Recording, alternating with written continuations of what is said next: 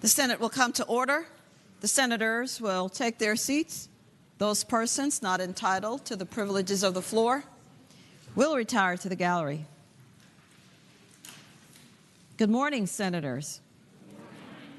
Good morning, guests. The senators and those in attendance, if you are able, please rise. We will be led in prayer this morning by Pastor Chris Mitchell of Kingsgate International, Virginia Beach. Following the prayer, everyone will please remain standing, and we will be led in the Pledge of Allegiance to the flag of the United States of America by our Senate page, Jamila Rasul of Roanoke. Thank you, Madam President. Let us pray. Father, we thank you today that you are perpetually good and that you lovingly extend mercy to us even when we don't deserve it. We come before you today with hearts that are humbled and open, acknowledging that we need your forgiveness. You, Lord, are faithful and just to forgive us and to cleanse us when we call upon your name in true repentance. Father, your ways are higher than our ways, and your thoughts higher than our thoughts. We need your wisdom. Guide all that takes place in this hallowed chamber today. Grant us grace for where we have embraced contention and division when you've called us to unity. Your word instructs us that a house divided against itself cannot stand. So we ask that you make us one. Unify us for the good of those we are called to lead. Break down the dividing walls that separate us from each other, and in their place, give peace. Purge from us any root of bitterness that would defile your good purpose. Bring us back to the virtues of love and honor, despite our differences. Your blessing is on those who dwell together in unity in the midst of diversity. Protect and bless this house and these leaders called to serve our great commonwealth. In Jesus' name, amen. Amen. I pledge allegiance to the flag of the United States of America and to the republic for which it stands, one nation, under God, indivisible, with liberty and justice for all.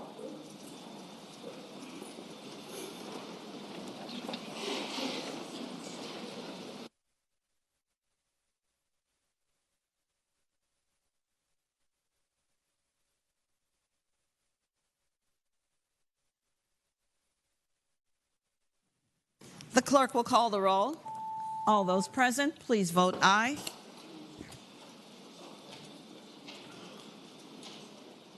The clerk will close the roll.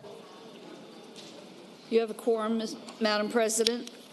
Senate Journal for Monday, February 19, 2024.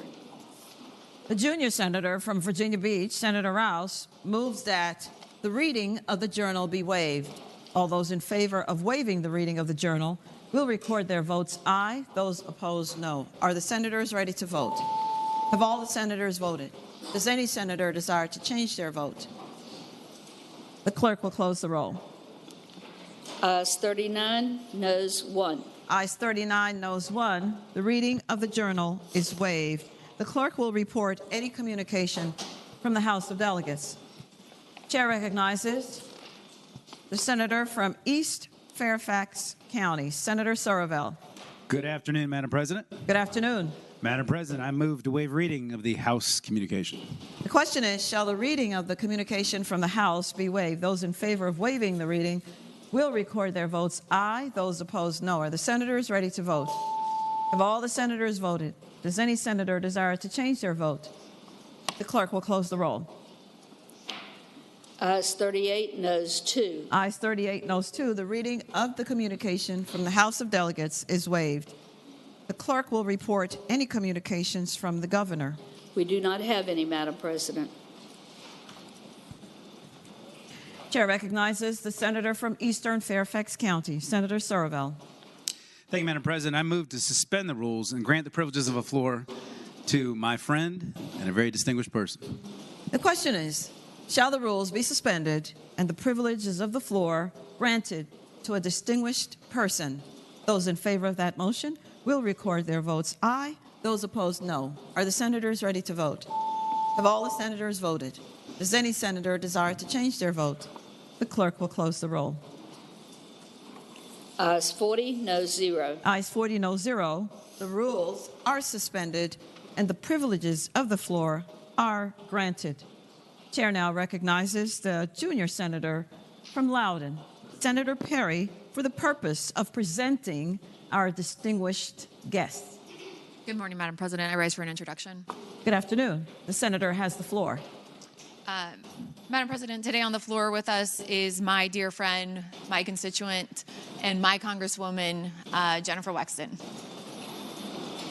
Yesterday, we passed a resolution in this body commending her for her incredible career of service to the Commonwealth. And today she is here with us in the body where she spent 6 years serving the district I'm now privileged to represent. I met Jennifer when I was 22 years old. At that time, she was already a successful practicing attorney. And I was a young girl who had just graduated from college and was working her way through law school. By that time, she had already served as a prosecutor, fighting relentlessly for victims of domestic violence, and was spending her time in private practice, serving as a guardian ad litem, protecting children in vulnerable situations. I watched as she went from there, running, winning her seat in a special election, serving in the Senate here, and throughout her time, passing measures to make online pedophiles easier to prosecute, empowering victims of revenge porn by allowing them to file lawsuits, regulating daycare centers, improving access to opioid overdose reversal drugs, securing a woman's right to breastfeed in public places, and her proudest vote in the General Assembly, expanding Medicaid in 2018, enabling hundreds of thousands of Virginians access to affordable health care. From there, she went on to run for Congress, also successfully winning and flipping that seat. In Congress, she has expanded funding for opioid addiction research, safeguarded Americans' retirement savings during COVID-19, protected leave benefits for federal workers, modernized the Financial Crimes Enforcement Network, or FinCEN, allowed student veterans to use their benefits to study overseas, served on the powerful House Appropriations Committee, where she's responsible for securing funding for all of the federal government's spending programs, focusing heavily on transportation and housing. She's also managed to found the Congressional Task Force on Digital Citizenship, which aims to better equip Americans with tools to engage responsibly in an increasingly digital world, and has founded the Bipartisan Congressional Agritourism Caucus, which supports the agritourism industry and highlights its importance to local economies and communities. On top of all those accomplishments, she's also managed to be well-loved in her district, a district that is politically and geographically diverse. And since I've been here in this body, rarely has a day passed where someone hasn't raised her name to me to tell me how loved she is and how much they miss her. And that's regardless of which side of the political aisle you sit on. And I'm routinely reminded that that is what true leadership looks like, and is emblematic of a career that's been focused on public service, friendship, trailblazing, and general badassery.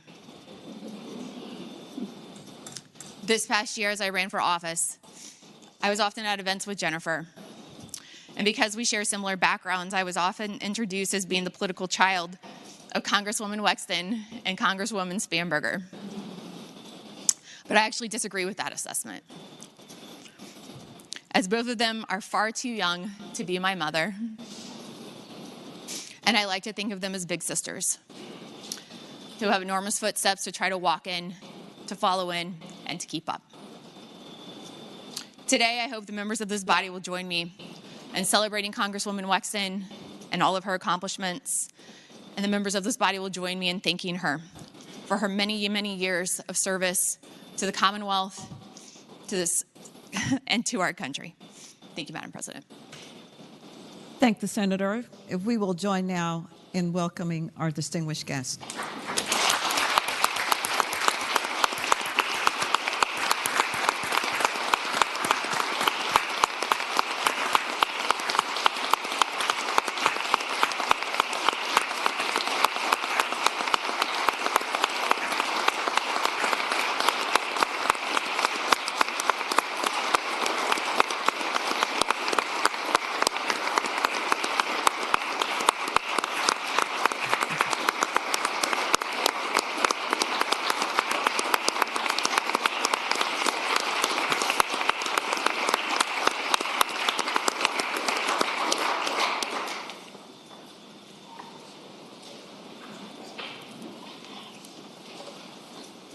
Chair now recognizes the senator from Orange, Senator Reeves.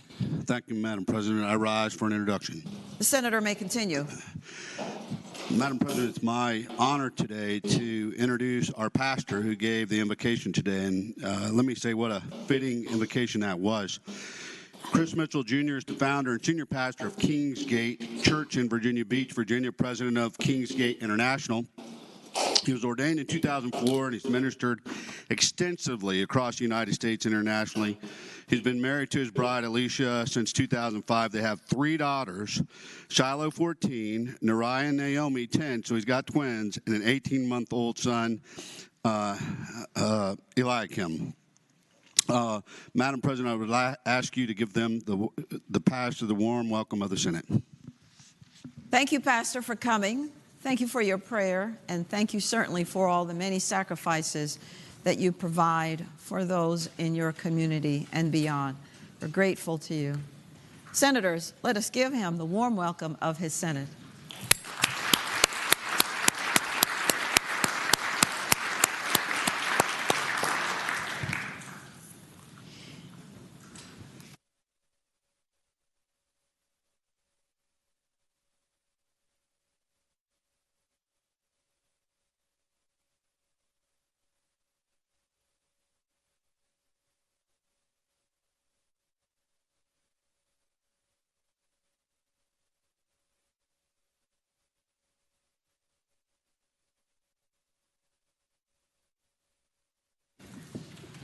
Chair recognizes Senator Surville, the senator from Eastern Fairfax County.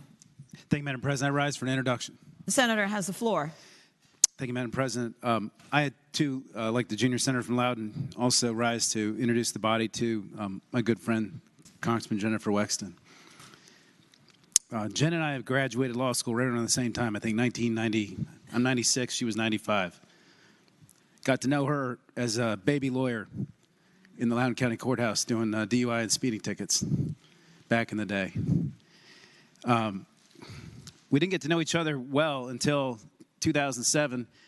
Jen left that office to go become in private practice, and Judge James Kacharis of the federal court appointed her to represent a federal marshal who was incarcerated in a murder case.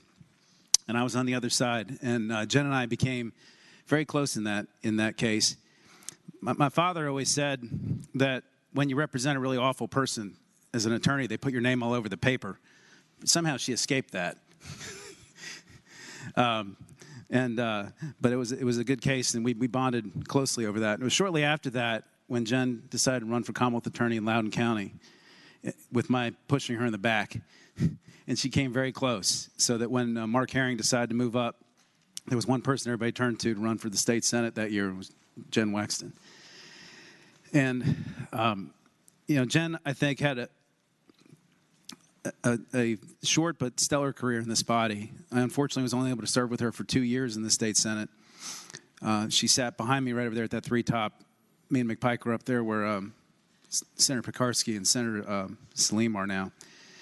But Jen always was the person who would sort of rein in my worst instincts and keep me balanced. She was kind of the mama bear in the back who made sure I didn't give away the farm all the time. And she was also always good for a good whiskey. And we miss that. We miss you at subcommittee number 3, Jen. The one thing I'll tell you about Jen is in the years I've known her, she is somebody who knows who she is. She is comfortable in her own skin. She is completely fearless. She never lets anybody define her. She is somebody who defines herself whenever anybody challenges her. And just like with how she has operated herself in public, she's also not letting this latest affliction define her. She's defining it, which is, I think, a big part of why you're here today and the things you're doing right now. And you're honored. I'm honored to be your friend, and so happy you came to be with us today. And I look to continue to see you fight for all you've been fighting for all these years. Thanks for being here, Jen. Chair recognizes Senator McPike, the senior senator from Prince William. Thank you, Madam President. Rise for the purpose of joining the introduction. The senator may say on. Thank you, Madam President. It is also my pleasure to welcome and introduce Congresswoman Wexton. as you've heard all the accomplishments from the junior senator from Loudoun and some of the trouble we got into, it was just fantastic to be in the corner caucus, as it's known, with now the Congresswoman, and to be a part of the special moments in subcommittee number 3, where we, in the minority, worked out all the world's problems. And yes, occasionally it took some whiskey to do that. And but what was fascinating to me is everything that she had fought for in driving towards and still representing Virginia very well in Congress. I'd be in committee in general laws, and she's texting me about what a bad bill was before the committee and what to do about it. She was still interested, while still in Washington, doing all things, still interested in the work that this body was doing. And I think that speaks to the heart of how she cares about all parts of the Commonwealth. She's always interested in the policy because she knows how impactful it is to everyone's lives. And to that, she's made a huge impact, I know, on so many of us and me. And always, always my friend, and congratulations on all of your work in helping the Commonwealth, Congresswoman. Thank you. Chair recognizes Senator Eben, the senator from Alexandria. Thank you, Madam President. Rise for a point of personal privilege. The senator may continue. Thank you. It's great to have Congresswoman Wexton with us here today, and I wanted to add on and thank her for her service here in the Senate and her community, and of course in Congress. And I'll tell you, I didn't know Jennifer Wexton when she was first running for state Senate. Mark Herring was running for Attorney General. A number of us on this side of the aisle were concerned. The partisan balance was close, and we wanted to be sure that if he was elected AG, that we'd have a good candidate for Senate who would be a good senator as well. And then Senator Herring assured us that he had a dynamite candidate to replace him in mind, and he was right. He was, of course, referring to Jennifer Wexton, who at that time was a former prosecutor who really connected with the community and with people. And eventually I was able to sit with Congresswoman Wexton and former Senator Linwood Lewis in what we called the 3-top. I don't remember which of us worked in a restaurant, but I think they named it. And where we got to enjoy her humor while simultaneously observing her being a serious and effective legislator. She was the lone Democratic female lawyer and the lone Democratic former prosecutor when she arrived in the Senate. And we heard from the junior senator from Loudoun about her some of her dozens of bills passed. But there's a few things that didn't pass when she was here that I will equally remember. I won't forget then Congresswoman Wexton being an early and outspoken proponent for eliminating discrimination in housing, the ERA, for after the Parkland tragedy, speaking out on gun safety and not relenting. She's always there for anyone who needs them with compassion and with strength. And as a member of Congress, Jennifer Wexton stood up at Dulles Airport against the ban on Muslim immigrants that was eventually overruled by the U.S. Supreme Court. And she's been ahead of the curve on so many important issues, doing the right thing even before it was popular. Congresswoman Wexton is tough and caring, which is a potent combination. And Jennifer Wexton sets a high bar for public service, one that I and I think all of us can aspire to reach. So thank you for that. Chair recognizes Senator Boysko, the senator from Northern Fairfax County. Thank you, Madam President. I rise for either an introduction or a point of personal privilege, however you want to call it, to continue the conversation about our wonderful Jennifer Wexton. Point of personal privilege. The senator may continue. Thank you so much. So I had the fortune of having Congresswoman Jennifer Wexton being my state senator for 5 years and serving in the House of Delegates while she was a senator. We worked together collaboratively on a number of things.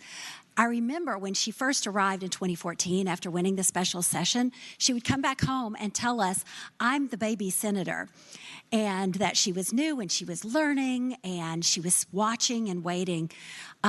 It wasn't much longer in 2017 when we were running for, it was 2015, you were running for your first re-election, and we were on the ballot together, and she was now a superhero.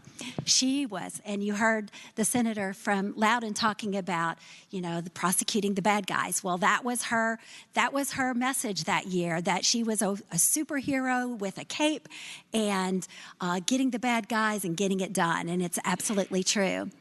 And then in 2018, when she was running for Congress, there is a very popular parade in Leesburg where when I was looking to take her place, but so was in Leesburg a lot at that time. She was Wonder Woman. And there is nothing, I've never seen anything like this, running down the street, right? And people seeing her coming and just cheering and cheering with their love and admiration. Because she is a Wonder Woman, Madam President. She is using what is just overwhelming to all of us to stand up and say, this is an important issue. She could have decided to go home and spend the rest of the time that she has just with her family, but she continues to fight. She continues to stand up and go to Congress every day to be there for the people of her community, to represent with such grace and dignity all of the things that she cares about. And Senator Eben was right. She stood up for things that other people were not standing up for. She proudly posts a transgender support flag outside of her office in Congress, before other people were thinking about that. She's always been on the front, fighting for what's right, standing up for what she believes, and not giving in and not letting anybody else tell her what to do. And I'm just so grateful and proud to have been your senator and have you be my senator for 10 years combined. And just delighted that you're here with us today. And I hope you have the best day possible, because we love you very, very much.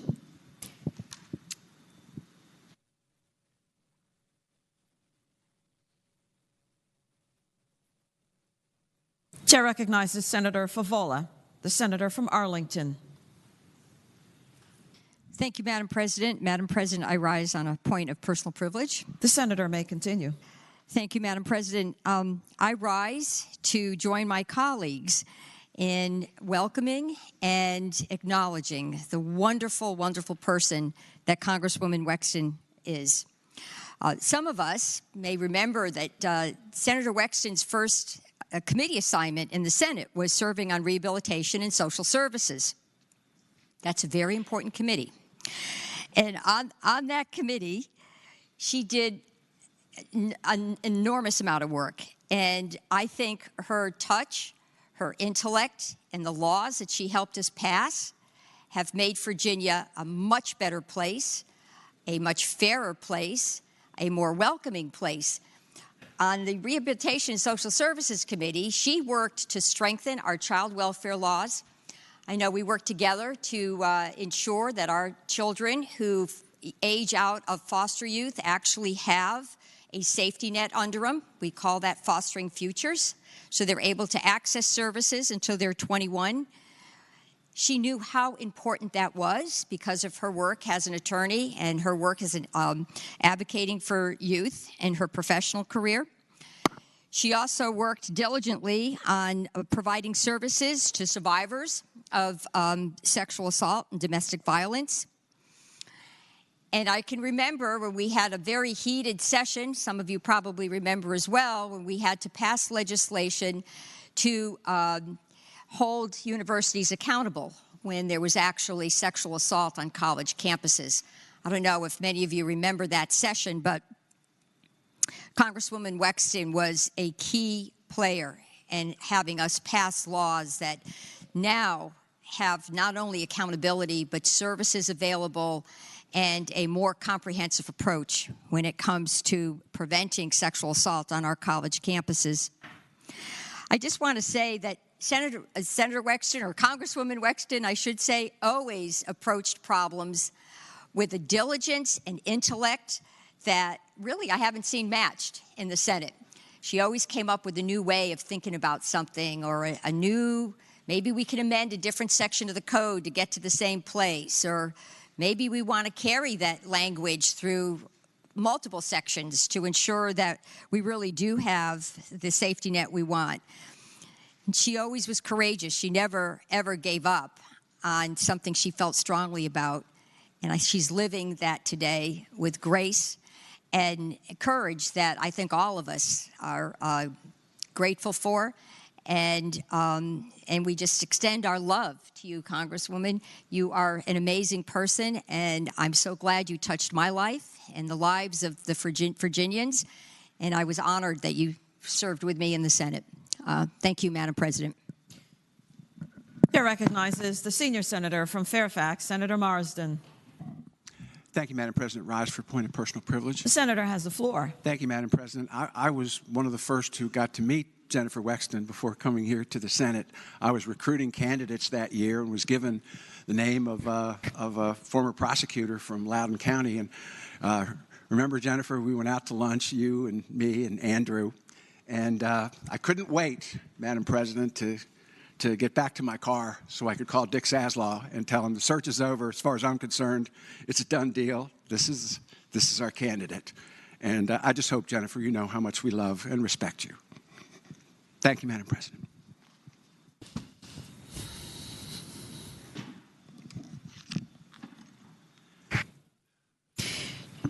Chair recognizes Senator Jordan, the senator from Isle of Wight. Thank you, Madam President. I rise for an introduction. The senator has the floor. Thank you, Madam Speaker. Today in the gallery, the senator may continue. Thank you. Sorry, Madam President. Senator may continue. Bad habits die hard quickly. Today in the gallery, we have with us Miss Juneteenth, Sunshine Huggins, and I ask that she would stand. She's accompanied today by Program Director Ebony Seals. I am fortunate enough to call Sunshine my constituent, but she is so much more, is already achieving so much in her very young life. She is an absolute teen musical prodigy, starting to play the harp at age 11. I can't even imagine doing that now. As the inaugural Miss Juneteenth Virginia, she embodies a mission to elevate, educate, and empower, specifically highlighting Virginia's pivotal role in the story of emancipation and the African-American experience. Currently, she's an honor roll student and a senior at Smithfield High School that will be graduating in June of 2024. Her future goals are to pursue a degree in music therapy at Norfolk State University, but I'm certain she will go far, far beyond that, and I cannot imagine what she will in her future achieve. Her most recent achievements are all of the notable figures in Hampton Roads and across the Commonwealth that she's been able to play for with her musical artistry. Her engagements with historical and community groups underscore her commitment to cultural enrichment and historical awareness. Now, one might note that Sunshine is strikingly beautiful, but her commitment to excellence in everything that she does makes her shine the brightest. I hope it would be the will of this body to welcome 2023-2024 Miss Juneteenth Virginia, Sunshine Huggins, to the Capitol.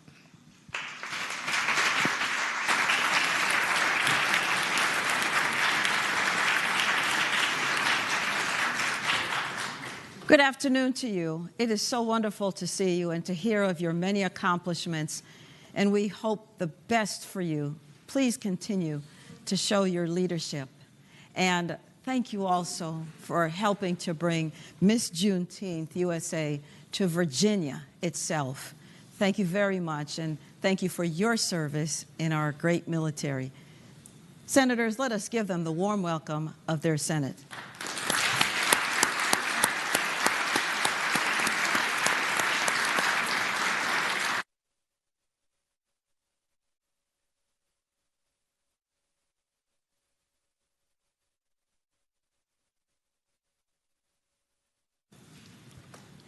Chair recognizes Senator Locke, the senator from Hampton.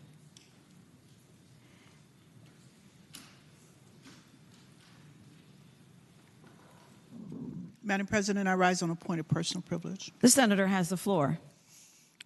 Madam President, I wanted to continue the welcoming and recognition of Congresswoman Wexton. And wanted to recognize Congresswoman Wexton for all of her great work and always being a voice of reason when she was here in the Senate. And to also recognize her for being the senior Jennifer when Senator McClellan joined us, who became the junior Jennifer. And I want to thank her for her commitment, particularly her commitment to establishing laws to protect victims of domestic violence. She was so passionate about those issues.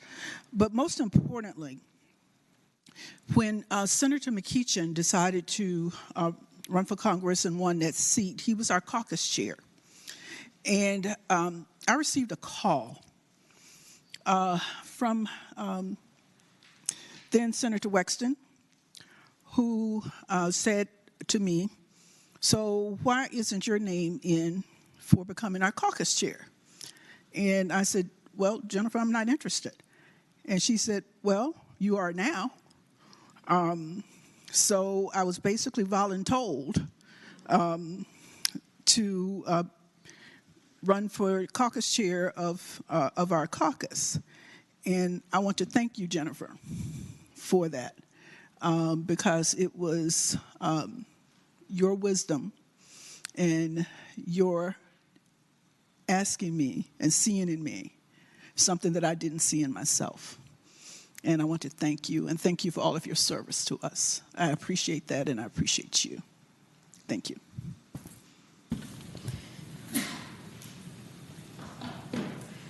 Chair recognizes Senator Hashmi, the senator from Chesterfield. Thank you, Madam President. I rise for a point of personal privilege. The senator has the floor. Thank you, Madam President. I, too, just want to say a few words about our wonderful Congresswoman who has joined us today. Unlike all of the previous speakers, I unfortunately never had the honor of serving with our Congresswoman during her time here in the Virginia Senate, but I certainly followed Congresswoman Wexton's distinguished career with a great deal of admiration and deep respect. And on a personal note, I want to thank the Congresswoman for standing up at a time when so few people stood up. And that was during the Muslim ban that was imposed in 2017. As a Muslim American, so many in our community felt targeted, and we questioned whether we actually belonged in this country. And we were watching to see who stood up, who spoke up for us, because many of us did not feel like we had a voice or that we actually had a presence in this country. And Congresswoman Wexton was there, and we saw. And I just want to thank her personally, because I never had the chance to say thank you. It meant so much to so many to see you speaking out and protecting people who felt like they did not have a voice. I thank the Congresswoman for her lifetime of public service. We owe such a great debt as Virginians and as Americans to all that she has done to provide so much to so many. And I especially thank the Congresswoman this year in this session that she asked to be involved in a very important piece of legislation that is the medical aid in dying, that with her grace, she stood up and said she wanted to be the face, the public face of that important legislation in Virginia. And I thank you, Jennifer, for everything that you have done for this country and for each of us. Chair recognizes Senator Roan, the senator from Western Prince William. Thank you, Madam President. I rise for a point of personal privilege. The senator has the floor. Thank you, Madam President. When I was first running for office down the hall, or for the office down the hall, one of the first questionnaires I filled out, it said, "Who are your political role models? Who do you look up to?" And I said, well, for those who've passed, there was the bipartisan duo from Manassas, Chuck Colgan and Harry Parrish. If you were from Manassas, you know, they were always so well known for education, infrastructure, and such. And I said, but for those who are still serving, Delegate Phillicorn and Senator Jennifer Wexton, because they were Democratic women from Northern Virginia who got stuff done and were so good at working across the aisle, even when they were in the minority, making sure that they were able to deliver for their constituents bill after bill after bill after bill. And so when that race, I got here and I find out real hard that that's not very easy. It's not very easy at all. And all my bills died. And so I'm feeling pretty down, feeling pretty blue. And then Senator Wexton and Abby came over to my chief of staff's place and we all had crepes together. And here's someone I look up to so much, and someone who is one of the veteran members of the Senate, coming over for a freshman member in the House just to say, hey, cheer up. You'll be all right. Just hang in there. You got this. You got this. And later that year, after she was well into her congressional campaign and everything, she was looking for a place. Where is she going to set up shop? Where is she going to set up shop? And I said, hey, how about Manassas Park? No one who's ever run for Congress before has ever had a field office in Manassas Park. And she was choosing between there and another spot. And she said, hey, let's give the little city a shot. Let's have one there. And we must have done event after event after event there. But the one I'll always remember the most there, Madam President, was when there was a day where, I mean, look, in my life, I get used to a lot of anti-trans stuff said about me very, very, very frequently, to the point where I just ignore most of it. All the 2017 campaign and everything else. You have up days, you have down days with it. But I never let it even break me. And then one day, it was October, it was late, and one of the things that happened at the national level, it got through my armor. I never let down that armor for anyone. And it got me that day. And she happened to be there in Manassas Park at her office, and I just wanted to talk to her. She, I knew not only how inclusive she was, but just a friend to talk to in a moment. And I asked her if she'd step outside for a second, and I told her how I felt, and I broke. I just started crying. I'm like, there's no crying in politics, And I just broke that day. And she just grabbed me, and she held me, and put my head on her shoulder, and just held me there. And then when she pulled away, I saw her eyes were as red as mine were. Because when you face adversity, it's actually one of the tools that it takes to learn empathy. You don't have to disagree on any particular issue here, but you do got to get the point across that when you face really tough times, how you come out from those tough times really says a lot about your character, because you learn about how to relate to other people and how to bring other people closer to you. And so that even if you're not going through what they're going through, you can at least put yourself in their position and say, hey, maybe they could use a hug today. Maybe they could use a hand up. Maybe they could use a little something. And so she gets to Congress. First thing that she does, she puts a trans pride flag right out front, and Washington Post gets a headline. It says, Jennifer Wexton, the patron saint of the transgender community. And I was like, seconded. And she started coming around to the district a whole lot. She showed up in Manassas Park constantly. And our friendship got deep and everything. And then one day, I was driving to a show in Baltimore. It was September 9th, September 9th, 2022. Going over the American Legion Bridge, and my congresswoman calls me. And she says, hey, I got COVID. I can't go to an event on Monday. Would you be willing to speak for me? And I said, oh, of course. I can do it. No problem. So that night, she sends me a text. She goes, hey, actually, I got another thing I need you to do for me, because I can't make another thing. And it took me a minute to write back to her. And I said, oh, I'll be happy to do that one too. But I'm sorry I'm late. I'm at a Finnish cello metal concert in Baltimore right now. And I sent her a picture of it. And then she says, all right, well, hey, have a good night, enjoy. And then the next picture I send her, I said, oh my God, my fiance just proposed to me. And when your second text, where who you announce that to, you go best friend, and then your congresswoman? Sorry, Mom. It at least should tell you that this is something and someone that goes beyond politics. This is someone where I just was so grateful to have someone to share some joy with, and genuine joy, who I knew would celebrate too.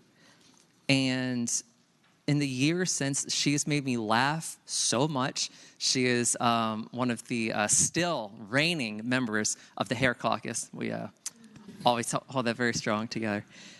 And above all, Madam President, when I think of Congresswoman Wexton, I think of Senator Wexton. Those are nice titles. But I think above all of my friend Jen. And what a friend she has been, way beyond the work that we do in this body, to the person who she has been, continues to be, and for all who she inspires to be who they are, to be that well, and to thrive because of who they are, not despite it. Thank you, Madam President. Chair recognizes Senator Suderline, the senator from Roanoke. Madam President, I rise for a brief point of personal privilege. The senator has the floor. Thank you, Madam President. It's nice to have Senator Wexton back in the chamber today. Unlike everyone else that spoke already, when she won her special election, I wasn't excited. I wanted the Republican to win. But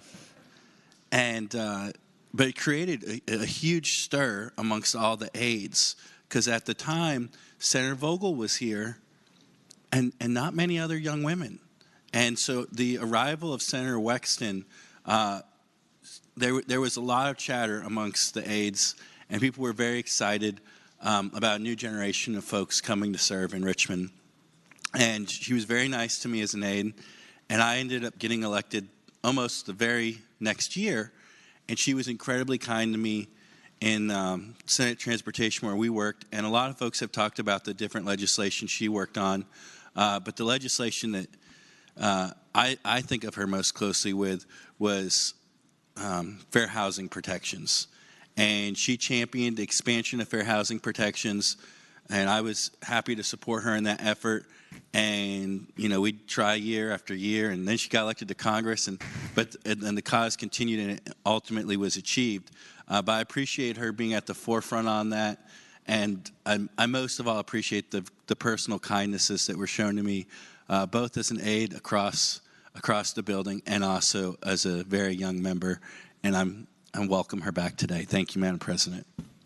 Chair recognizes Senator Stanley, the senator from Franklin County. Thank you, Madam President. I rise for an introduction and the continuation of this conversation for at least a little bit more to drive her crazy. The senator has the floor. Madam President, you know, the senator from Hanover and I were just kind of looking around the room to see how many of us on the Republican side were here when we were graced with the presence of Jennifer Wexton.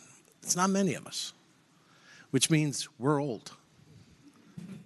More important, each one of us right now shares special moments in time sitting in this chamber or being at the old building when we would interact. And I've said this on the floor before, and I'll say it again. When the lights go down and the camera goes off, we all work together. We're all friends. We all care about each other. And I'm really glad to see so many new people carrying on that tradition, which Jennifer Wexton embodies. Let us not talk about the past or in the past tense. Let's talk about the legacy that is. Sitting over there, I can remember, I decided I had a goofy senator named Jeff McWaters, who he and I could talk each other into doing almost anything. One day, I believed it would be a great idea to throw a football from that corner to that corner. And a mayor of Norfolk, who shall not be named, Kenny Alexander, caught it. Madam Clerk is looking at me funny right now. I don't think I've ever told this story before. The one who kept our secret, and I'm not going to call her Congresswoman because I knew her as Jennifer. I know her as Jennifer, was her, giggling the whole time. She was always a breath of fresh air. When in this body, she always is a breath of fresh air. I will tell you one time that when you knew she meant business is when she came bounding down the hall, especially when she was wearing that wonderful pink suit that she wore, the power suit. You knew you were going to get it. And when we would fight on this floor, when we'd hear the president call upon Senator Wexton, we knew we were in for it. We knew she was going to take every single one of our arguments and pick it apart, demonstrate how foolish we were, and then sit down in a moment of glory. And then we would sit over here and go, well, what do we do next? Jennifer won many days on this floor. She wins many days in our hearts every day. And as I told her when I saw her, I miss you every day when I'm here. And I love you. For we did not see eye to eye when we were on this floor about many things, but we did about one thing, and that was about Virginia and the people that we served.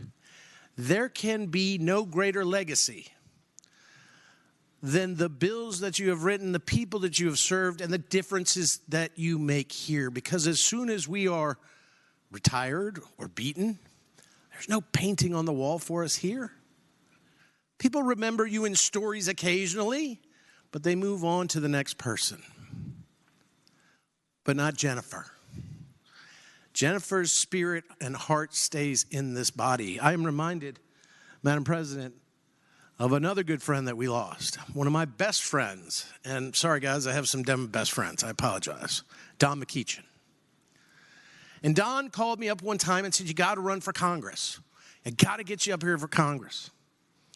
And he's going through the litany of things that, will be great. We'll get to hang out together. It'll be fun. And then I'm like, no, Don. And he goes, and you'll get to hang out with Jennifer. And I paused. And I said, well, you finally hit a reason to go there.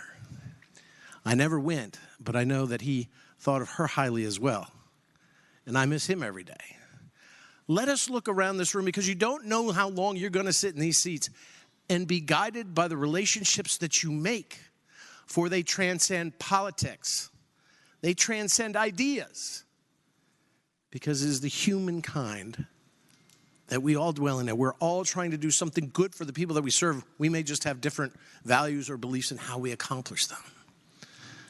But I love you very much. I miss you every day. And she was always funny, and I always tried to make you laugh, and I hope I did on occasion. Thank you, Madam President. Chair recognizes Senator Craig, the senator from Chesapeake. Thank you, Madam President. Rise for a point of personal privilege. The senator has the floor. And I, too, would like to continue the conversation about my good friend, Congresswoman Wexton. And I'm going to be a different perspective, because I wasn't sitting on the floor with the other senators. I was a chief of staff. And Jennifer's office was right around the corner from mine, and we quickly became friends. And she was just somebody we could connect with each other. We were two type of people, two different parties, but we both loved from the inside out. And I always had in my office a cabinet full of things like hairspray and fingernail polish and Band-Aids and sewing kits. And she would always come in and shut the door and go, Christy, I've got to run. What do you need? What do you have? And I'd say, I have some fingernail polish for you, or I have a Band-Aid. And we just quickly became very good friends. And I was privileged to be with her from 14 till the time she left in 19. And when we were in the Pocahontas building, she was right around the corner from me once again. And we just continued that wonderful friendship. And I was so excited for her when she became Congresswoman, because I knew she was going to do an amazing job, because she was an amazing senator and she's an amazing friend. And I'm just honored that I have had you in my life since 2014. So, love you. Chair recognizes the senior senator from Loudoun, Senator Subramaniam. Thank you, Madam President. Rise for an introduction to continue the conversation. The senator has the floor. Thank you, Madam President. I just want to tell one quick story and that the Congressman probably doesn't even know, which is my neighbor down the street, actually. One time they had an immigration issue, and so they came to me saying, hey, can you help me solve this? My mother's been trying to get a green card for a long time and hasn't been able to get an appointment even.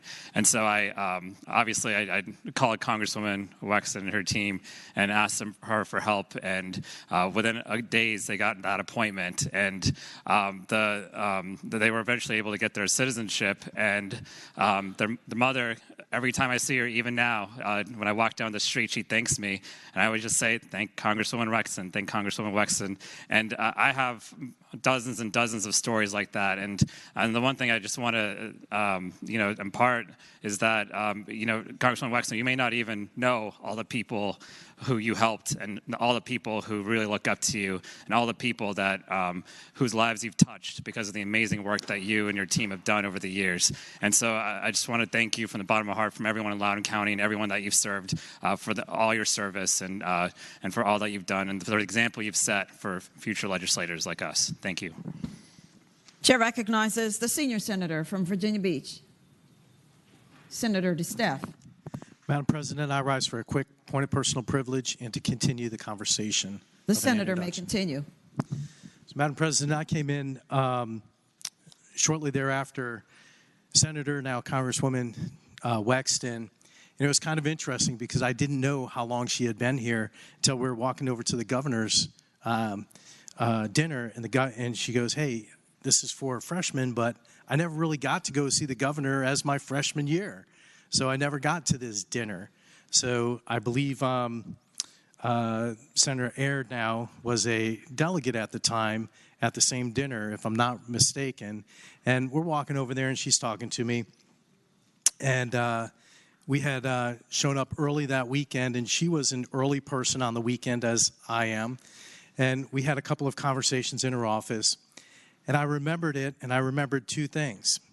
And then I ended up with that office, with that desk, with the blue carpet that was on her floor, which is still on my floor in the new building. Yes, Madam Clerk, I took it from the Pocahontas building to the new building. It's still in my office.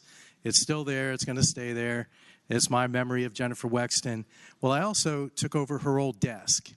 And in her desk, when you slid out the little drawer, that's more of a, it's like an old typewriter table, the little wood part. When you slid that out, she had taped to it a couple of notes and messages. One of them was phone numbers, which we expect. Another one was, be kind. Always remember to be kind. And so I left that tape there on the desk. When we left the other office, I actually took that off and put it in my desk. Because with my background in the military and stuff, sometimes you forget to be kind. And when we leave this world, I always say the thing that we'll remember is kindness, love, and respect. We won't remember much else about people. We won't remember which bills they passed or, anything like that. But we will remember them being kind, loving, and the respect that we gave each other. And as we walked down the hill one day, I was headed back to grab something quick to eat. Congressman Senator Wexton was headed down there as well. We're walking. I go, it's kind of dark in this area here. And she goes, oh, no, it's okay. I come this way all the time. And I go, where are you going? She goes, well, I'm going to go grab dinner. And I said, well, where are you going? She goes, I'm going to stop and grab Chinese food. So we actually had a dinner, broke bread. And the entire time I was there, we were listening back and forth and really talking. We didn't talk about bills. We didn't talk about caucuses. We didn't talk about any of that stuff. We talked about home life, her husband, the things that people remember after we leave, which is kindness, love, and respect. And I told her when I saw her today and gave her a hug before we went down to caucus that, I missed her and I still had that carpet. But I didn't tell her I still have that note about remembering to be kind. So thank you for that, Jennifer. And we will always remember you. We'll always love you for that kindness, love, and respect. Thank you. Chair recognizes Senator McDougall, the senator from Hanover. Thank you, Madam President. Rise for a point of personal privilege. The senator has the floor. Madam President, as members went on and spoke, I hadn't intended to speak initially, but reflected sitting here. When we look at what we do and who we are, and Jennifer and I were at William & Mary Law School at the same time in the 90s and had similar paths of being prosecutors like Senator Stewart and Senator Perry did. But as you listen to the comments here today, we've all had people in our lives who fought with different illnesses. My aunt has had a very long and serious battle with MS. But as people who've traveled on the same paths as we have, ones that have served in this body and attended universities, done careers, we are very thankful that, Jennifer, that you've been in that path with us. We're thankful that we as a group can come together and talk about our differences on policies, but our similarities on being people. And the stories that I've heard today are a true testament to you and a true testament to this body as one that we fight about policies and committees, we fight on the floor, but at the end of the day, we're still a family. And Jennifer, we're glad that you're a part of our family. Thank you. Chair recognizes Senator Pekarsky, senator from Western Fairfax County. Thank you, Madam President. I also rise for a point of personal privilege to continue this conversation. Senator has the floor. Thank you. I rise today to also welcome the Congresswoman, my Congresswoman in Fairfax County. I was on the campaign trail with her in 2019, and I got to hear her speak. And of course, before that, had the opportunity to follow her career. And what I saw was what you've heard here today, a person who is humble, who is principled, who is kind, who never backed down. And in a business, where we see everybody's trying to make their mark and stand out. What I saw in the Congresswoman is the heart of a true public servant, somebody who was here for the work, who will always continue trying to do good for others, to make a difference. And she doesn't know, but at some point, she crossed paths with one of my daughters, and my kids have met many elected officials, but the Congresswoman is her favorite elected official. And when she turned 18, she was so incredibly excited to vote for you.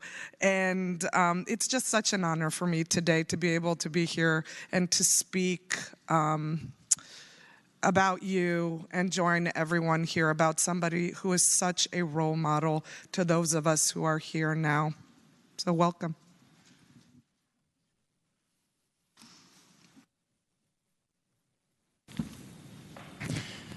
Chair recognizes Senator Diggs, the senator from York. Thank you, Madam President. I rise for an introduction. The senator has the floor. Joining us today are students and faculty from William & Mary. William & Mary is our country's first university, turning 331 years old earlier this month, and today is the 28th annual Road to Richmond for William & Mary. Students will meet with senators and delegates, legislative staff, governor's appointees, and a young William & Mary alumni panel, as well as having a tour of the Executive Mansion. It is a great networking opportunity for 50 students participating to meet William & Mary alumni working in state government, and is a valuable experience for them to make connections and witness the great experiment of American democracy. The senator from Hanover mentioned it, but I want to reinforce it, and I know that the students are proud and inspired that Congresswoman Wexton is an alumna of William & Mary. And as a reminder, William & Mary's legislative reception is tonight at 5 p.m. at the Library of Virginia. Please join us for oysters on the half shell, refreshments, and a performance by the Christopher Wren Singers. Madam President, I ask that you extend them the warm welcome of the Senate. If you are here, please rise. Thank you for coming. And as the senator has said, we're continuing this American experiment. And of course, most of what happened as the experiment began started in your neck of the woods. And so where it started is obviously not where we are today. And that's the beauty of our great country, that we're learning how to be with each other. Senators, let us give them the warm welcome of their Senate.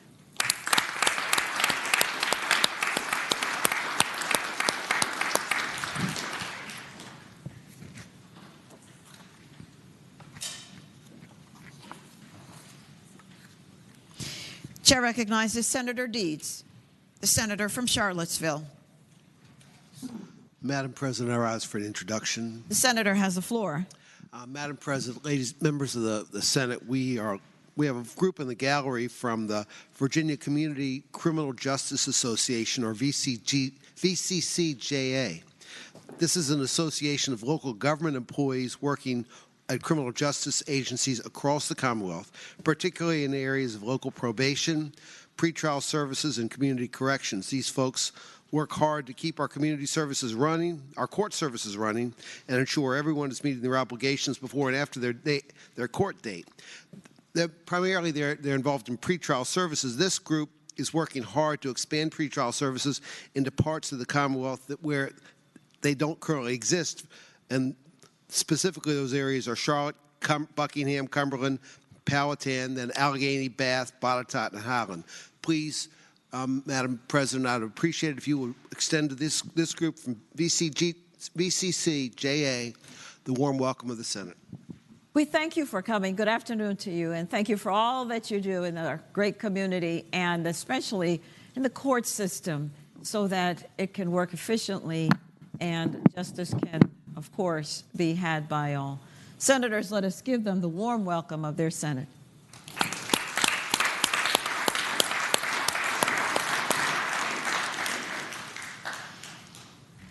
Chair recognizes the senator from Norfolk, Senator Williams-Graves.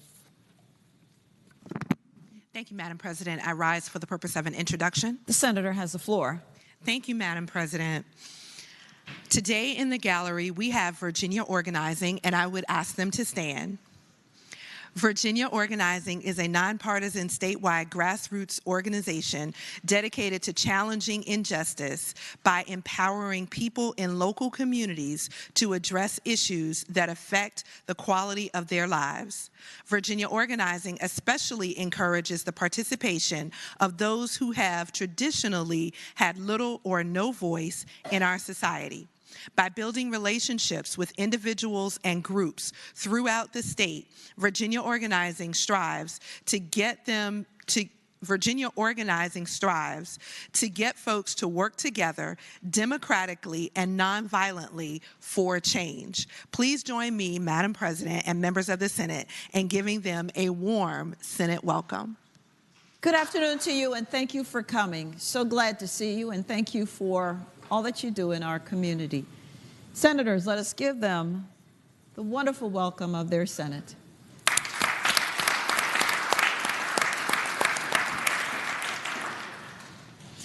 Chair recognizes Senator Obenshain, the senator from Rockingham. Madam President, I rise for an introduction announcement and just brief point of personal privilege. Madam The senator President, has the floor. I know that Senator Wexton has left the chamber, but I also want to say that in addition to paying tribute to her, this whole powerful morning hour is a tribute to the people who sit in this chamber and the relationships that we've formed with each other. And, we've got lots of problems that we deal with every single day. And we deal with them very well together. And Senator Wexton dealt with them with dignity, but, that's probably 85% of the stuff that we do. The other 10 to 15%, I like to call them the cats and dogs issues.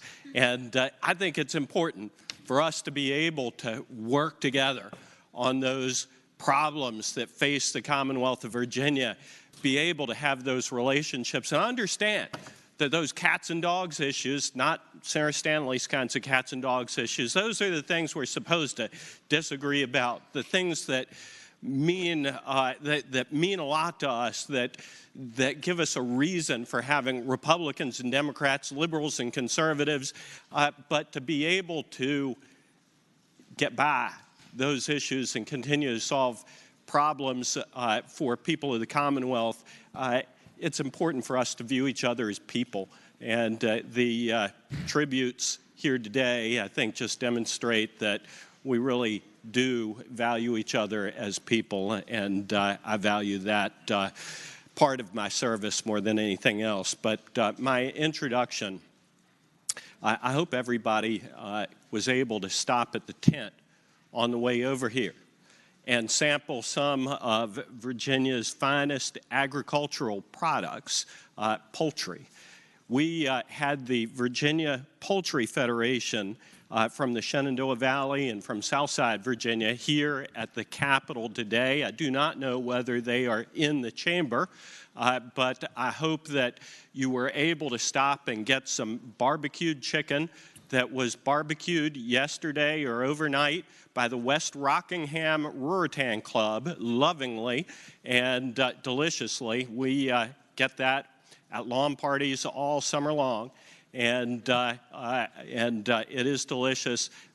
The Poultry Federation is here representing an industry that means a lot to our ag industry in the Commonwealth of Virginia. Senator French is a poultry producer, and we have an awful lot of poultry producers who are family-owned farms across the Commonwealth of Virginia. So, Madam President, I would ask that you, whether they're here or not, extend the warm welcome of the Senate to the Virginia Poultry Federation, and extend thanks to the West Rockingham Ruritan Club for their wonderful meal. Well, Senator, are you here? If you're here, please rise.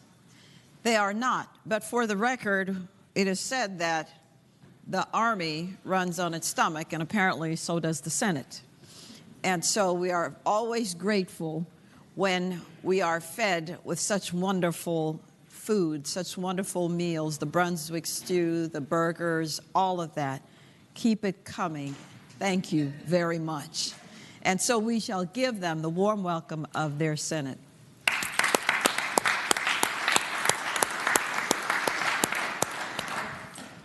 Chair recognizes Senator Hashmi, the senator from Chesterfield. Thank you, Madam President. I rise for two introductions. The senator has the floor. Thank you, Madam President. I am pleased to welcome and acknowledge the participants with the Virginia Housing Alliance on their Housing Advocacy Day. We have over 100 people from all across the Commonwealth who are here today to meet with their representatives and to discuss the vital importance of housing affordability throughout Virginia. Tracing its roots to the 1980s, the Virginia Housing Alliance, commonly known as VHA, advocates for the expansion of housing opportunities and for ending homelessness all throughout Virginia. Notably, VHA is the only statewide organization that represents affordable housing and homelessness organizations and the clients they serve. VHA and everyone joining them today work to ensure that all Virginians have safe and affordable places to call home, and I thank them for joining us today. And Madam President, I ask that we extend the warm welcome of the Senate. Good afternoon, and thank you for being here and for letting us know the issues that are important to you. Indeed, homelessness and affordable housing is one of the basic necessities of life, so thank you for reminding us about that. Senators, let us give them the warm welcome of their Senate.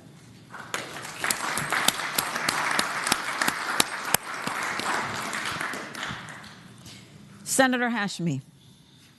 Thank you, Madam President. We are also joined today in the gallery by representatives from the LEGO Group and LEGO Education. The LEGO Group has been busy in the Central Virginia region as they are building a manufacturing facility in Chesterfield County in District 15, I'm proud to say, that will create over 1,700 jobs and bring in $1 billion in capital investment. But the LEGO Group investment goes beyond just manufacturing and job creation. They are also a very strong supporter of education and learning to play. Some of us had the opportunity this morning to learn through play as well, and I am delighted to say we had a friendly competition between the Senate and the House of Delegates. I was representing the Virginia Senate, and happy to share that the Virginia Senate won in the Lego robotics competition. It was a friendly competition. This morning, the LEGO team, as some of you know, were in the Capitol guiding General Assembly members in hands-on STEM learning and reminding us of the power of learning through play in developing critical life skills in children and youth, especially areas such as critical thinking, problem solving, and collaboration. I ask that we give them the warm welcome of the Senate. Indeed. Thank you for coming. You know, that very first Lego movie where the song says, everything is beautiful when you're part of the team. It's a really great song, and you've heard some of that here today. So we thank you for the jobs that you're creating, and thank you for the minds that you're helping to literally mold and shape.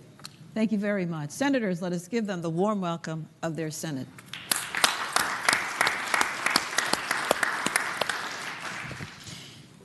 Chair recognizes Senator Bagby, the senior senator from Enrico.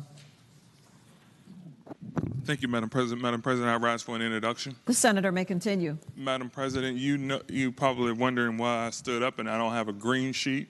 I wasn't going to say anything as it relates to Senator Wexton. There are a number of individuals that said what was on my heart related to Senator Wexton. But then Suderline spoke, and he reminded me back when before I was a delegate, before I was a senator, I used to just come and hang out in Donald McEachin's office. And Suderline was the aide next door. And I don't know how his boss got anything accomplished, because he was always in Donald McEachin's office chit-chatting with Abby and the folks in McEachin's office. And so that's how I got to know Suderline. But then I saw, and if you all don't know, McEachin had an Abby, Jennifer McClellan had an Abby, and Jennifer Wexton also had an Abby. I'm reminded that our staff have our back. They are standing in the gap for us when we don't even know that we need someone to stand in the gap for us. And so when I came in and Jennifer came over into our caucus, I came upstairs. It was too much for me. But then as I was leaving, here comes Jennifer Wexton, and I had to give her a hug. And I started talking to her. I couldn't understand what she was saying, quite frankly. And she couldn't understand that. But Abby knew exactly what she was saying. And so if you would be so kind to give Abby a warm house in her absence. Indeed. Senate. We do not live this life by ourselves, and no man is an island is the term. And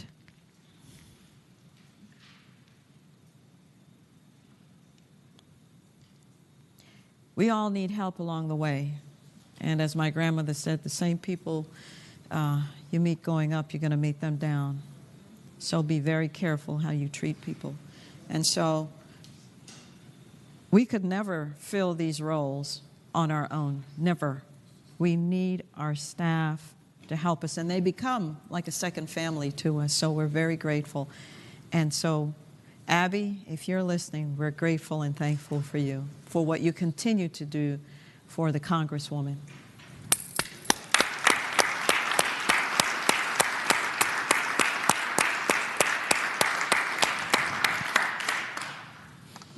Chair recognizes Senator McDougall, the senator from Hanover.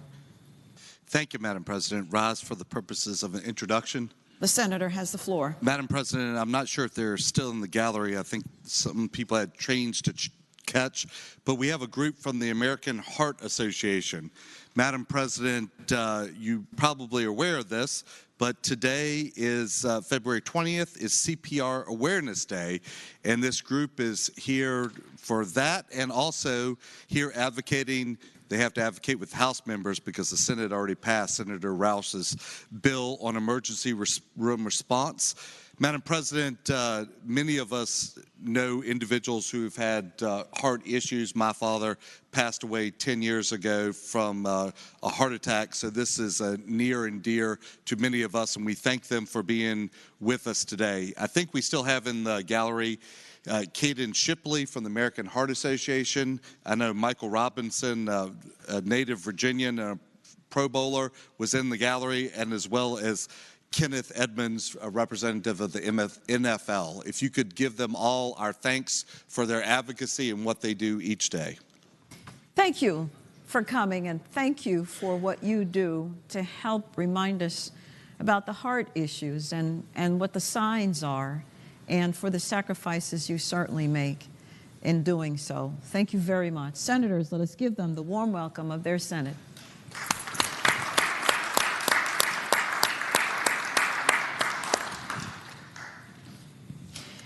Chair recognizes Senator DeSteph, the senior senator from Virginia Beach. Madam President, I rise to request unanimous consent.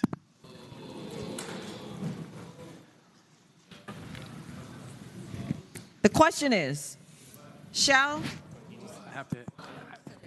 All right. Waiting for her to tell me I got the floor. The senator has to explain it. Thank you, Madam President. I just wanted to make sure I had the floor before I started this in-depth explanation of why I want to introduce a Senate joint resolution to encourage the Commonwealth of Virginia to take all practical steps to increase the use of sustainable aviation fuel in the Commonwealth, regionally and nationally. That's it, Senator? That's it, Madam President. Now, the question is, shall the Senate grant consent to introduce a bill as the senator has stated? Those in favor of that motion will say aye. Those opposed, no. The consent of the Senate is granted, Senator, to introduce your bill. Is there any other business to come for the morning hour? Hearing none, the clerk will call the calendar. Senate calendar for Tuesday, February 20th, 2024. Uncontested calendar, House bills on third reading. Chair recognizes Senator Surreville, the senator from Eastern Fairfax County. Thank you, Madam President. I move that all the House bills on third reading on the uncontested calendar on pages 1 through 12, House Bill 15 through House Bill 1526, be advanced to their final passage in the block after the adoption of any amendments thereto. Any senator desiring to move a bill from the block, please do so after the clerk's read the number of the bill. The question is, shall House bills on the uncontested calendar, third reading, pages 1 through 12, House Bill 15 through House Bill 1526, be placed upon their final passage in the block with any amendments thereto, with the understanding that any senator desiring a bill to be removed from the block will do so after the clerk has read the number of the bill. All those in favor of that motion will say aye. Those opposed, no. The ayes have it. The motion is agreed to. The bills are before us in the block. The clerk will now read the number of the bills. House Bill 15, reported from the Committee on Transportation. House Bill 70, reported from the Committee on Finance and Appropriation. House Bill 74, reported from the Committee on Transportation with amendment. Chair recognizes the senator from Northern Fairfax County, Senator Boysko. Thank you, Madam President. I move we accept the amendments. The question is, shall the committee amendments be accepted? Those in favor will say aye. Those opposed, no. The committee amendments are accepted. House Bill 92, reported from the Committee on Transportation. House Bill 103, reported from the Committee on Rehabilitation and Social Services with amendment. Chair recognizes Senator Favola, the senator from Arlington. Thank you, Madam President. Madam President, I move that the amendment be agreed to. The question is, shall the amendment be agreed to? Those in favor will say aye. Those opposed, no. The committee amendment is agreed to.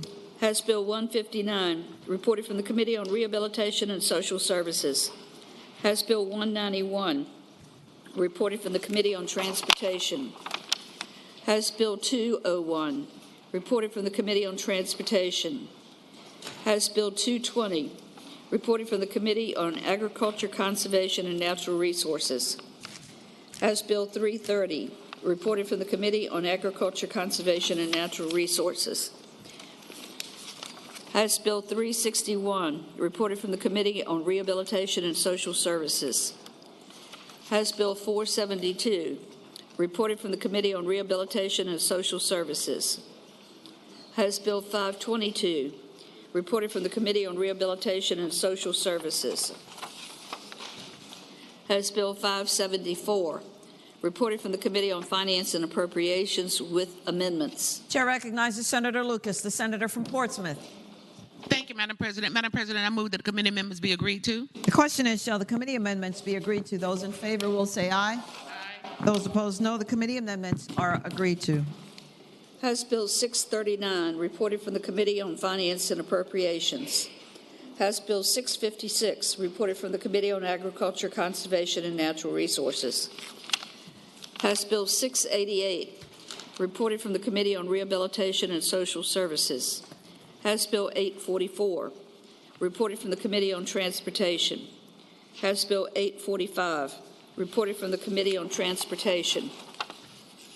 House Bill 870, reported from the Committee on Agriculture, Conservation, and Natural Resources. House Bill 1025, reported from the Committee on Agriculture, Conservation, and Natural Resources. House Bill 1080, reported from the Committee on Transportation. House Bill 1106, reported from the Committee on Transportation. House Bill 1107, reported from the Committee on Transportation. House Bill 1109, reported from the Committee on Transportation. House Bill 1128, reported from the Committee on Rehabilitation and Social Services. House Bill 1163, reported from the Committee on Transportation. House Bill 1349, reported from the Committee on Rehabilitation and Social Services. House Bill 1409, reported from the Committee on Transportation. House Bill 1425, reported from the Committee on Transportation. House Bill 1429, reported from the Committee on Finance and Appropriations. House Bill 1469, reported from the Committee on Transportation. House Bill 1498, reported from the Committee on Rehabilitation and Social Services. House Bill 1526, reported from the Committee on Transportation. Chair recognizes the senator from Western Prince William, Senator Rome. Thank you, Madam President. Madam President, can HB 1025 on page 8 please come out of the block?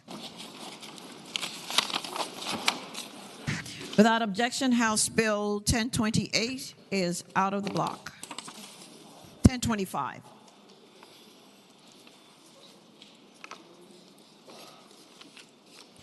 The question is, shall the House bills in the block pass? That is, all House bills except House Bill 1025 on page 8. For what purpose does the senator from House Bill 1025 on page 8?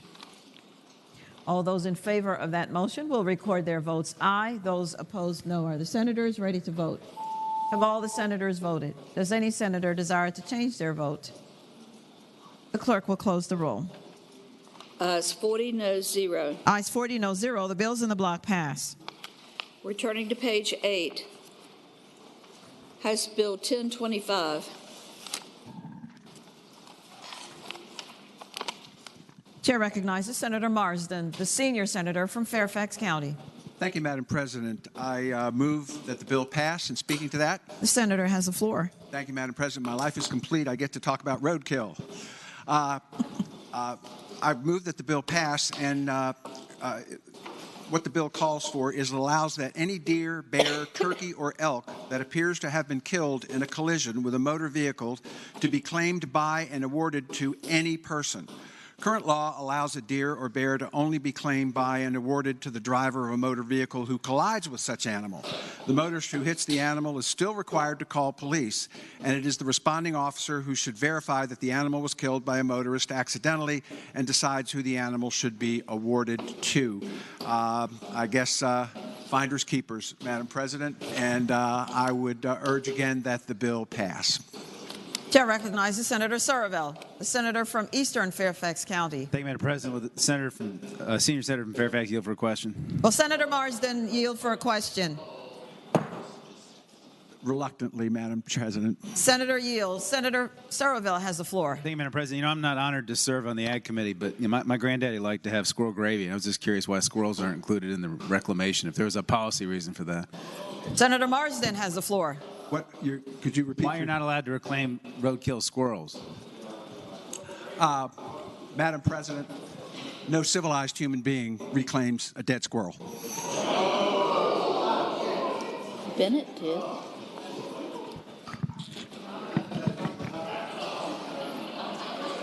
Well, there's no... Madam President, For what purpose does the senator from Charlottesville rise? Give that answer the dignity give that question the dignity it requires. The senator may continue. The answer to the question is you could already claim roadkill small animals.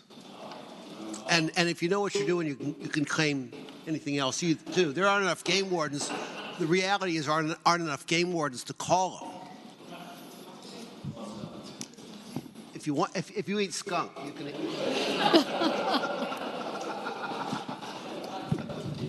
We thank the senator for not squirreling out of that question. The question is, shall House Bill 1025 pass? Those in favor of that motion will record their votes aye. Those opposed, no. Are the senators ready to vote? Have all the senators voted? Does any senator desire to change their vote? The clerk will close the roll. Ayes 36, noes 4. Ayes 36, noes 4. The bill passes.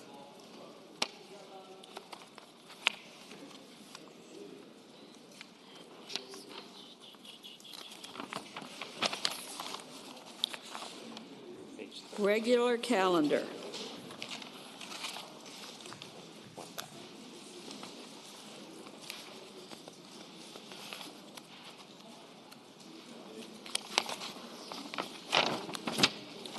Regular calendar House bills on third reading. House Bill 24, amber warning lights, flashing lights on certain fox hunting vehicles. Reported from the Committee on Transportation. Chair recognizes Senator Boysko, the senator from Northern Fairfax County. Thank you, Madam President. I'm speaking to the bill. I move the bill pass. The senator has the floor. Thank you, Madam President. Speaking of animals and cars, this bill authorizes road whips defined in the bill who are operating vehicles during certain fox hunts to display flashing amber warning lights when such vehicles are not in motion for the purpose of warning other vehicles of such hunt happening in the area. The bill requires such vehicles also to display signs reading horse crossing with rider. And I so move my motion to accept the bill. The question is, shall the bill pass? Those in favor of that motion will record their votes aye. Those opposed, no. Are the senators ready to vote? Have all the senators voted? Does any senator desire to change their vote? The clerk will close the roll. Ayes 37, noes 2. Ayes 37, noes 2. The bill passes. House Bill 47, invasive plant species requirements for retail sales. Chair recognizes the Committee on Agriculture, Conservation, and Natural Resources with a substitute. Chair recognizes Senator Marsden, the senior senator from Fairfax. Thank you, Madam President. I move that that bill be passed by for the day. Without objection, House Bill 47 goes by for the day. House Bill 234, all-terrain vehicles and off-road motorcycles seizure, impounding, and disposition. Reported from the Committee on Transportation with a substitute. Chair recognizes Senator Boysko, again, from Northern Fairfax County. Thank you, Madam President. I move the substitute be agreed to. The question is, shall the substitute be agreed to? Those in favor will say aye. Those opposed, no. The substitute is agreed to. Senator Boysko. Thank you, Madam President. I move the bill pass. And speaking to the bill. The senator may continue. Thank you. This substitute conforms HB 234 to Senator from Norfolk's bill SB 516, which passed the Senate 23-17. This bill authorizes the governing body of any city to provide by ordinance for the lawful seizure, impounding, and disposition of an illegally operated all-terrain vehicle or off-road motorcycle operated on a highway or a sidewalk within such a city. The House version has added counties, which are removed in the substitute.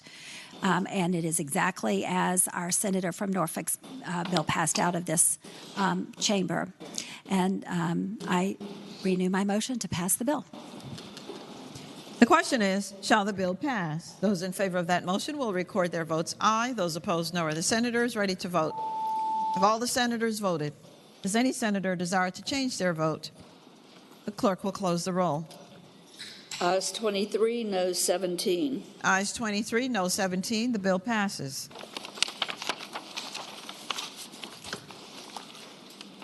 House Bill 282, Highway Work Zones creates a traffic infraction for any moving violation in a work zone.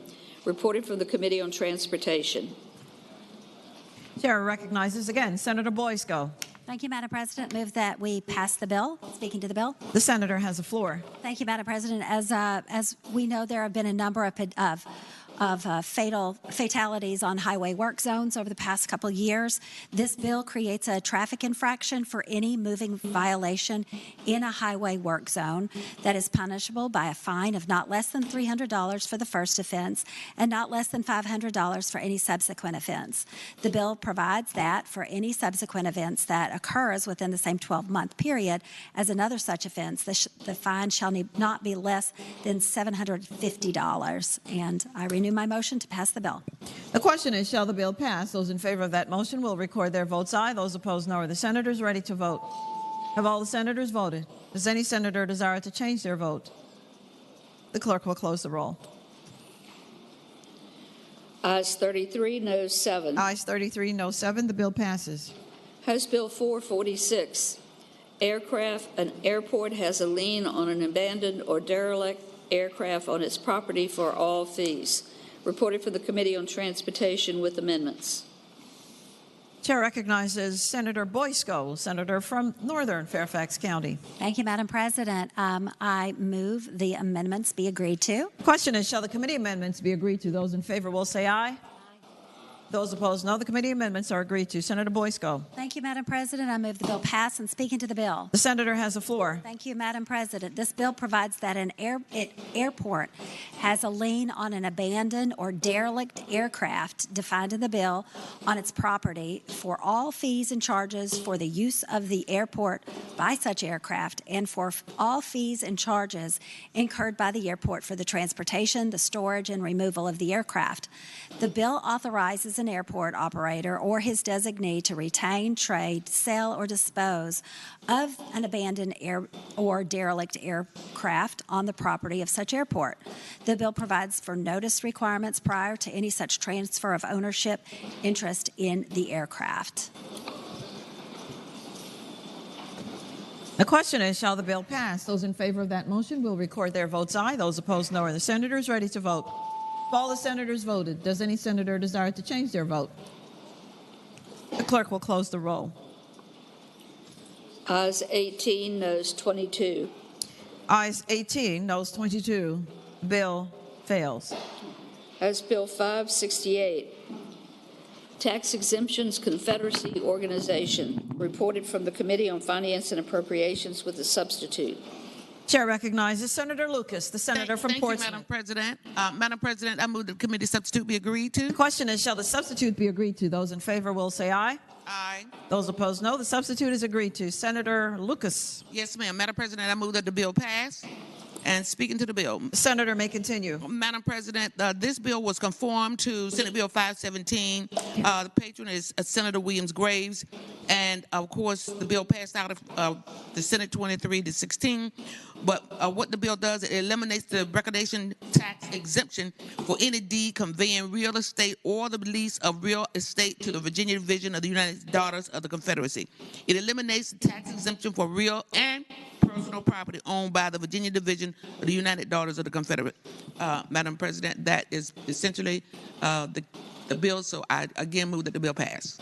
The question is, shall the bill pass? Those in favor of that motion will record their votes aye. Those opposed, no. Are the senators ready to vote? Have all the senators voted? Does any senator desire to change their vote? The clerk will close the roll. Ayes 23, noes 17. Ayes 23, no 17. The bill passes. House Bill 673, Resilient Virginia Revolving Fund Distributing Loans or Grants for Projects. Reported from the Committee on Finance and Appropriations. Chair again recognizes Senator Lucas, the senator from Portsmouth. Thank you. Thank you, Madam President. Madam President, I move that the bill pass. And speaking to the bill. The senator has the floor. I have it. Thank you, Madam President. Madam President, the bill provides provides that the Department of Conservation and Recreation and Virginia Resources Authority shall give projects in low-income geographical areas additional weight when distributing loans or grants from the Resilient Virginia Resolving Fund. And with that explanation, Madam President, I move again that the bill pass. The question is, shall the bill pass? Those in favor of that motion will record their votes aye. Those opposed, no. Are the senators ready to vote? Have all the senators voted? Does any senator desire to change their vote?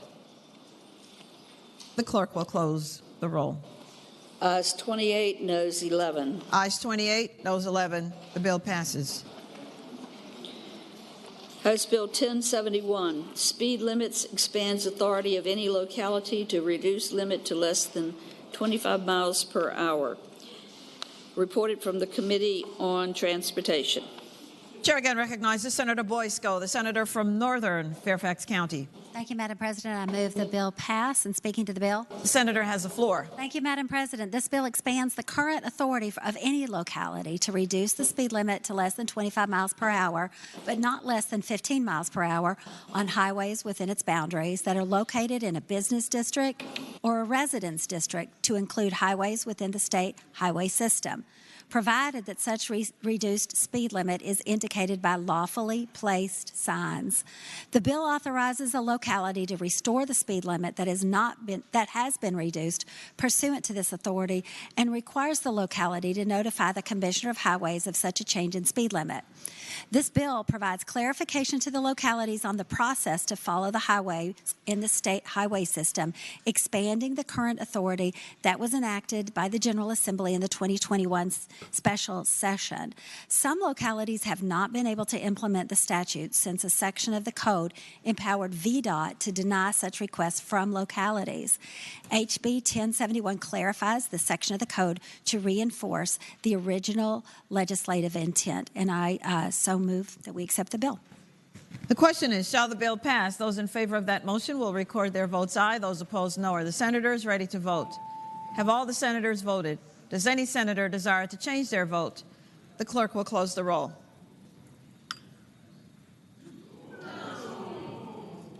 Ayes 20, noes 20.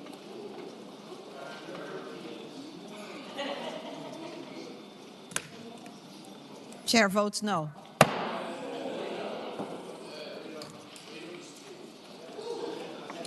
House Bill 1269. Madam President. For what purpose does the senior senator from Enrico rise? Madam President, having voted on prevailing side on which House Bill 1071 failed, I wish to reconsider that vote. One moment, Senator.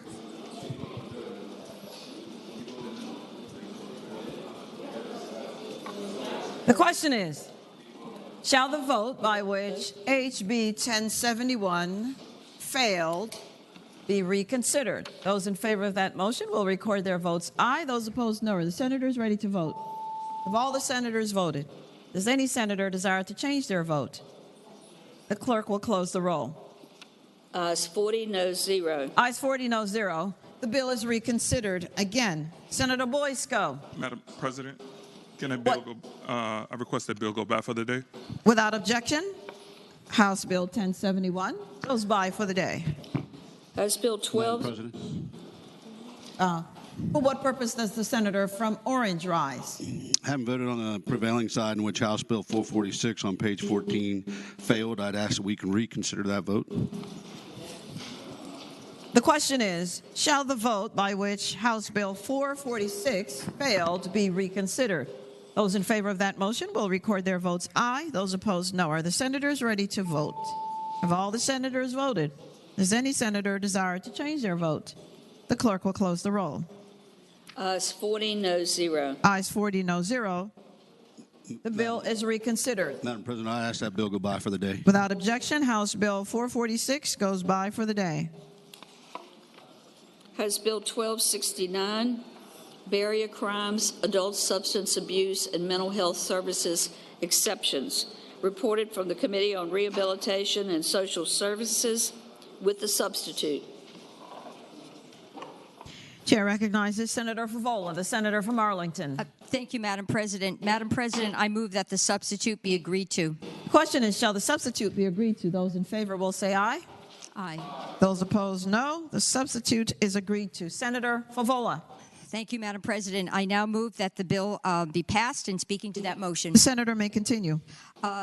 Thank you, Madam President. And it's now, the form that we just adopted is identical to Senate Bill 626, which passed the Senate with by a margin of 33 votes to 7.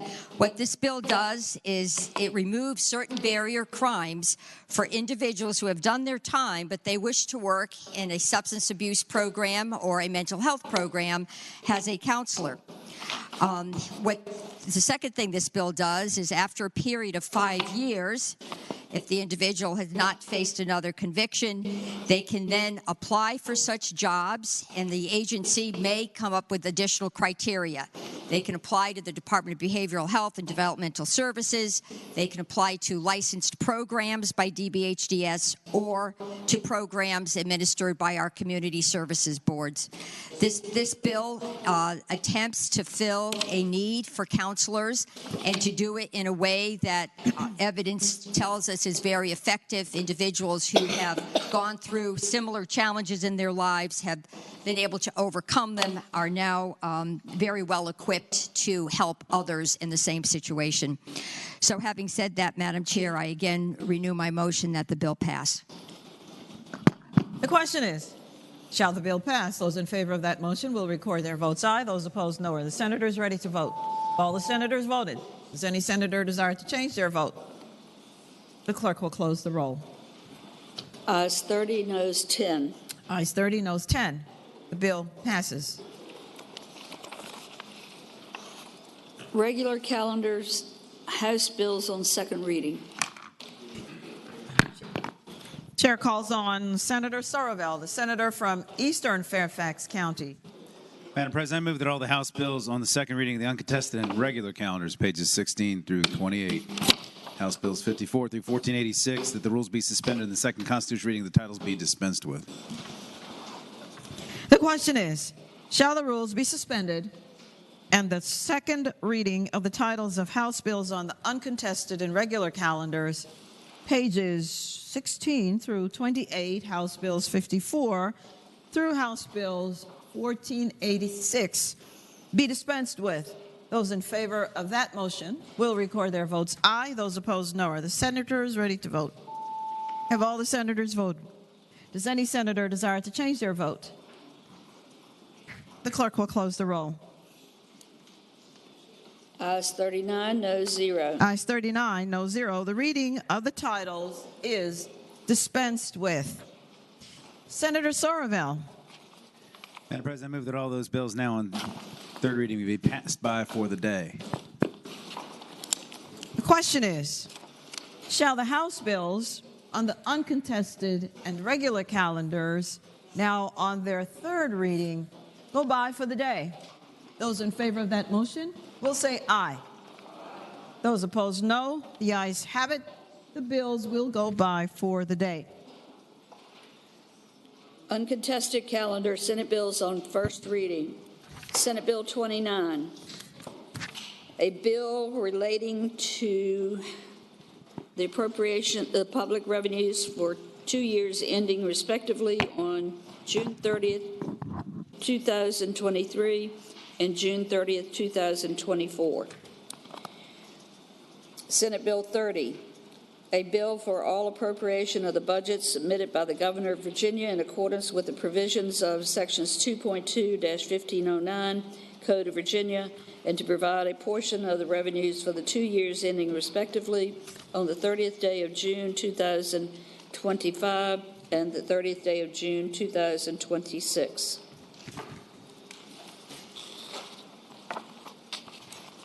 Senator Sorovell, the senator from Eastern Fairfax County. Inquiry of the clerk, does that complete today's calendar? Yes, sir. Madam President, For what purpose does the senator from Charlottesville rise? having voted on the prevailing side whereby we passed House Bill 1025 and allowed people to get free victuals, it's on page 8, I move that we reconsider that vote. 1025.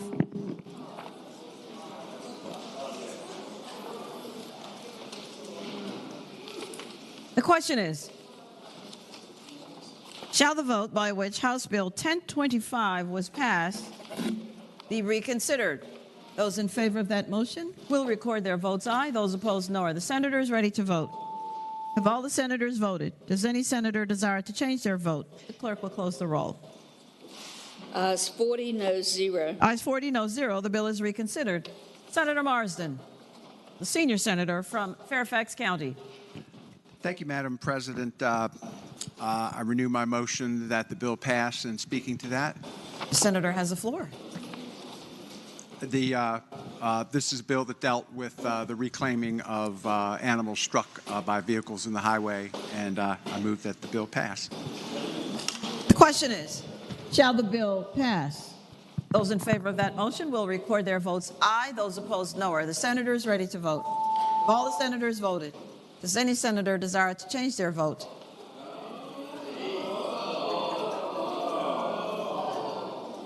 The clerk will close the roll.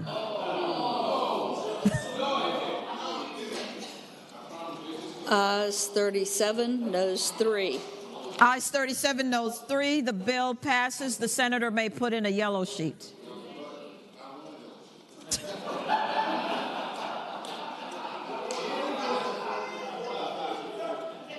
Madam President? For what? I'm sorry, who is speaking? For what purpose does the junior senator from Virginia Beach rise? Can we reconsider? I think for what purpose does the junior senator rise? I asked unanimously because. Oh, shit, no, I'll sit down. Madam President. For what purpose does the senator from Arlington rise? Madam President, I ask for unanimous consent that we reconsider the vote by which 1025 passed. I did vote on the prevailing side. The question is, shall the vote by which House Bill 1025 was passed be reconsidered? Those in favor of that motion will record their votes aye. Those opposed, no. Are the senators ready to vote? Have all the senators voted? Does any senator desire to change their vote? The clerk will close the roll. Ayes 40, noes 0. Ayes 40, no 0. The bill is reconsidered. Senator Marsden. Thank you, Madam President. I move that the bill pass, but first I'd like to enter into a discourse on the history of roadkill here in America. The senator has the floor. I move that the bill pass, and having previously explained it, I think we all know what we're doing here. Thank you. The question is, shall the bill pass? Those in favor of that motion on this very popular bill will record their votes aye. Those opposed, no. Are the senators ready to vote? All the senators voted. Does any senator desire to change their vote? The clerk will close the roll. Ayes 37, noes 3. Ayes 37, noes 3. The bill passes.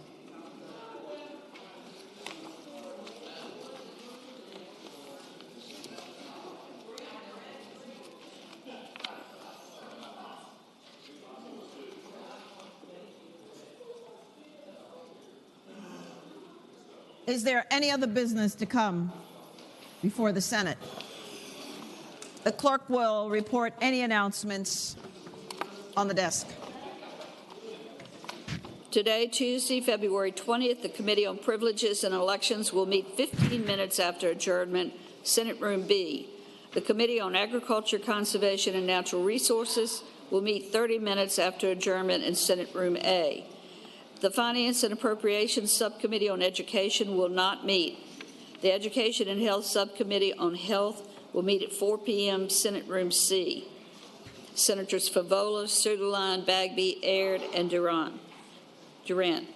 Wednesday, February 21st, the Finance and Appropriations Subcommittee on Public Safety and Claims will not meet. The Women's Legislative Roundtable will meet at 8:30 a.m. House North Meeting Room 700B. The Committee on Finance and Appropriations will meet at 9 a.m. Senate Room A. The Republican Caucus will meet at 11:15 a.m. Senate Room 2. The Democratic Caucus will meet at 11:30 a.m. in Senate Room 1. Chair recognizes Senator Lucas, the senator from Portsmouth. Thank you, Madam President. Madam President, I move that the Senate do now adjourn until 12 noon on tomorrow. The question is, shall the Senate adjourn until 12 o'clock noon tomorrow? Those in favor of the motion will say aye. Those opposed, no. The ayes have it. The motion is agreed to. The Senate stands adjourned until 12 noon tomorrow.